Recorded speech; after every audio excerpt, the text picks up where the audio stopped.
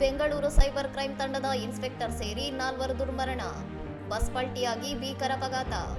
ಬೆಂಗಳೂರಿನಿಂದ ಇಂದೋರ್ಗೆ ತೆರಳುತ್ತಿದ್ದ ಪ್ರಯಾಣಿಕರ ಬಸ್ ಮಧ್ಯಪ್ರದೇಶದ ರಾಜ್ಗಢ ಜಿಲ್ಲೆಯ ಬಿಡೋರ ನಗರದ ಭೋಪಾಲ್ ಬೈಪಾಸ್ನಲ್ಲಿ ನಿಯಂತ್ರಣ ತಪ್ಪಿ ಪಲ್ಟಿಯಾಗಿ 30 ಅಡಿ ಎತ್ತರದ ಸೇತುವೆಗೆ ಡಿಕ್ಕಿ ಹೊಡೆದ ಪರಿಣಾಮ ಬೆಂಗಳೂರು ಸೈಬರ್ ಕ್ರೈಂ ಇನ್ಸ್ಪೆಕ್ಟರ್ ಸೇರಿದಂತೆ 4 ಸ್ಥಳದಲ್ಲೇ ಸಾವನ್ನಪ್ಪಿದ್ದಾರೆ.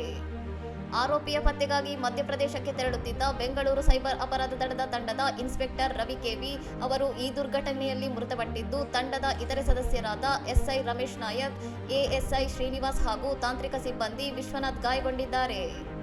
ಅಪಘಾತದ ರಭಸಕ್ಕೆ ಬಸ್ಸಿನಲ್ಲಿದ್ದ 4 ಪ್ರಯಾಣಿಕರು ಸುಮಾರು 30 ಅಡಿ ಕೆಳಗಿನ ಸರ್ವಿಸ್ ರಸ್ತೆಗೆ ಬಿದ್ದು ಮೃತಪಟ್ಟಿದ್ದು, ಮೃತರನ್ನು ಇನ್ಸ್ಪೆಕ್ಟರ್ ರವಿ ಕೆವಿ, ಬಸ್ ಚಾಲಕ ವಿಕಾನ್ ಶುಕ್ಲಾ, ಬೇಲಾಲ್ ಅಲಿ ಹಾಗೂ ಜ್ಯೋತಿರಾದಿತ್ಯ ಸಿಂಗೋಡ್ ಎಂದು ಗುರುತಿಸಲಾಗಿದೆ. ಈ ಭೀಕರ ಅಪಘಾತದಲ್ಲಿ ಒಟ್ಟು 11 ಮಂದಿ ಗಾಯಗೊಂಡಿದ್ದು, ಮಹಾಕಾಳೇಶ್ವರ ದೇವಸ್ಥಾನದ ದರ್ಶನಕ್ಕೆ ತೆರಳುತ್ತಿದ್ದ ಉತ್ತರ ಪ್ರದೇಶದ ಒಂದೇ ಕುಟುಂಬದ ಸದಸ್ಯರು ಸೇರಿದಂತೆ ಗಾಯಾಳುಗಳನ್ನು ತಕ್ಷಣವೇ ಹತ್ತಿರದ ಆಸ್ಪತ್ರೆಗಳಿಗೆ ದಾಖಲಿಸಲಾಗಿದೆ.